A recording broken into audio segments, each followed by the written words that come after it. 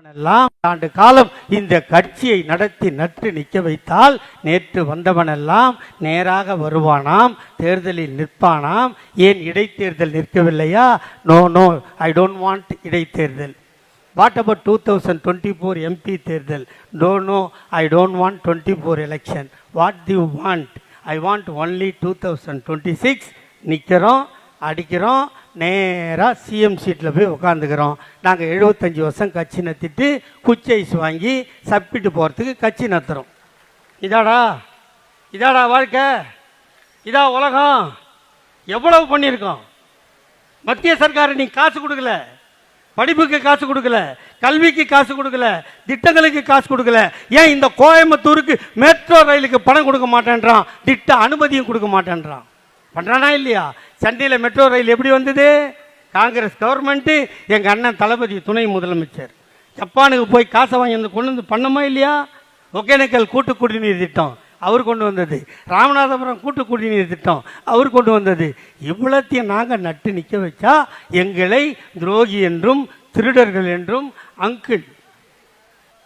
ஒரு 73 வயசு பெரியவரை, மிசா சட்டத்தை பார்த்தவரை, தமிழ்நாட்டை ஆள்றவரை எங்களுக்கு ஒன்றும் அவமானம் இல்லை.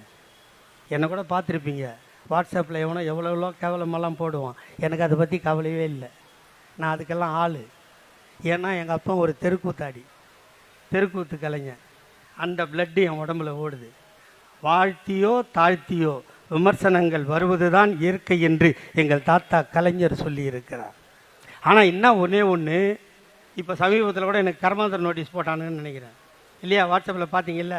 அது என்ன தப்பு பண்ணிட்டானுங்கன்னா, போட்டதில் தப்பு இல்லை, என் கல்யாண நோட்டீஸில் கூட இப்படி அழகாக படம் போடல. இந்த மஞ்சள் சட்டை இருக்குதுல்ல, இந்த மஞ்சள் சட்டை இதானே போட்டானுங்கம்மா, அழகாக இருக்கிறனா இல்லையா? நீ எத்தனை நோட்டீஸ் போட்டாலும் தாத்தா கலைஞரோட அனுகிரகத்தால் அவர் 96 வயசில் செத்தார் இல்லை, எனக்கு 2 வயசு கொடுத்துட்டு போயிருக்கார். நான் 98 வயசு வரைக்கும் சத்தியமாக இருப்பேன், உங்களை அறுக்காமல் ஓய மாட்டேன். அது மட்டும் சத்தியம், அது மட்டும் சத்தியம். நீ கட்சி ஆரம்பி, என்ன செய்ய போகிறேன்னு சொல்லு. நான் என்ன பேசுகிறேன், இதே 25ஆம் தேதி தொண்டாமுத்தூரில் அண்ணன் இதே ரவி தலைமையில் நான் பொதுக்கூட்டம் பேசினேன். மொழிப்போர் தியாகிகள் கூட்டம். பெண் என்றால் எப்படி வாழ வேண்டும் என்று சொன்னேன். இப்படியெல்லாம் நீங்கள் பேசினால் இந்த கலாச்சாரம் சீரழிந்து போகும். பெண் குலம் எப்படி இருக்க வேண்டும், இப்படியெல்லாம் பேசுவது கலாச்சாரத்தின் சீரழிவு என்று சொன்னேனா இல்லையா? அந்த வீடியோவை முழுமையாக பார்த்திருக்கிறீர்களா? பாதி நக்கிட்டு என் படத்தை போட்டு எனக்கு உடனே அப்போ ஒருத்தன் போட்டால் போதும், லைனாக போயிடுறான் அதையே நக்கிறதுக்கு. என்னடா நினச்சிக்கிறீங்க? கேள்றா. இந்த நாட்டில் பெண்களுக்கும் தாய்மார்களுக்கும் திருமணத்திற்கும் என்னென்ன உறவு, என்னென்ன சட்டம், என்னென்ன கட்டுப்பாடு எல்லாம் இருக்கா இல்லையா? உங்களால் அதெல்லாம் சிதைந்து போகுமா இல்லையா? வீட்டில் இருப்பவரை 8 பேரை விஷம் வைத்து கொல்லுவேன் என்று ஒருத்தர் சொல்கிறாள். பரீட்சையை விட்டுவிட்டு அரியர் இருந்தாலும் பரவாயில்லை, எங்கள் அண்ணனை பார்க்க வந்தேன் என்று ஒருவர் சொல்கிறார். இது கலாச்சார சீரழிவு இல்லையா? தமிழ் பெண்கள் இப்படி நடக்கக்கூடாது என்று கண்டிக்கின்ற உரிமை 67 வயசான எனக்கு இல்லையா? அதைத்தானே நான் செய்தேன். அதுதான் தவறென்றால் நான் தொடர்ந்து செய்வேன்.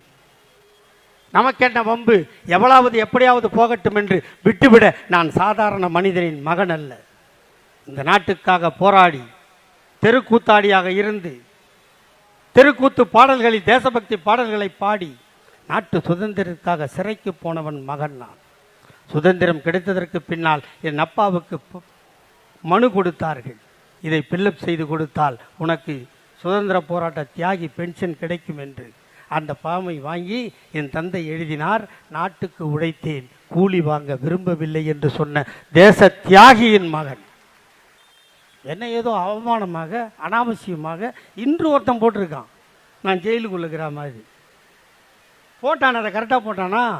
நான் வெஸ்டர்ன் டாய்லெட்டில் உட்காந்துக்கிற மாதிரி போடுறான். அப்போ இவனுக்கு ஜெயிலே பார்க்கலன்னு அர்த்தம். பார்ப்பீங்க நைனா, நம்ம வெள்ளைக்காரன் கட்டின ஜெயிலையும் பார்த்துட்டேன், சென்ட்ரல் ஜெயிலு. எங்கள் தாத்தா கலைஞர் அற்புதமாக கட்டி வச்சுக்கிறாரு புழல் ஜெயிலு, அதையும் பார்த்துட்டேன். நீங்கள் போனீங்கன்னா அங்கே வெஸ்டர்ன் டாய்லெட் இருக்காது, முட்டி தான் போடணும். அதுக்கெல்லாம் நீங்கள் தயாராக இருங்க. இது வர்றோம். நீங்கள் தானே சொல்கிறீங்க 6 மாதம் பொறுங்கடா, எவன் ரவுடின்னு காட்டுறேன் நம்ம மந்திரியை. செந்தில் பாலாஜி ரவுடியா 6 மாசத்துல இவங்க காட்டுவாங்களா? எப்படா காட்டுவீங்க? 41 பேர் செத்து போய் கிடக்கிறான், திருட மாதிரி ஓடி போய் ஒழிஞ்சிக்கினீங்க. நாங்கள் அப்படியே ஓடி போய் ஒழிஞ்சோம். இந்த 73 வயசாகுது எங்கள் அண்ணன் தளபதிக்கு. நைட்டு எல்லா உத்தரவும் போட்டார், அதிகாரியெல்லாம் போயிட்டான், எல்லாம் பண்ணிட்டான். ஆனால் மனசு கேட்காம ஓடியாந்தான் வர்றான். அவன் தான் குடும்பத் தலைவர், கழகத் தலைவர், எங்கள் அண்ணன் தளபதி. ஓடியாந்தமா இல்லையா? வெளிநாட்டுக்கு போகிற ட்ரிப்பை கேன்சல் பண்ணிட்டு வந்தான்ல, அதுதான் கலைஞர் தாத்தாவோட பேரன் எங்கள் அண்ணன் உதயநிதி. நாங்கள் போன உடனே நாங்கள் வேணா ஸ்டாலினை ஏற்றுக்கொள்வோம், அவர் உழைத்து வந்தார், உதயநிதிக்கு என்ன தகுதி இருக்கிறது கேட்குறானுங்க. உதயநிதிக்கு என்னடா இருக்குதா நான் கேட்குறேன்.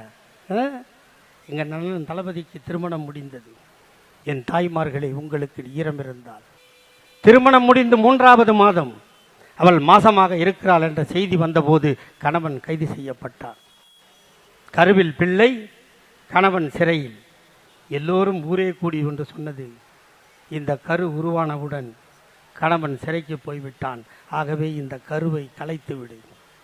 மணமகன் மாப்பிள்ளை உயிர் முக்கியம், அவன் இருந்தால் இன்னொரு பிள்ளை பெற்றுக்கொள்ளலாம், ஆகவே இதை கலைத்து விடு என்று சொன்னார்கள்.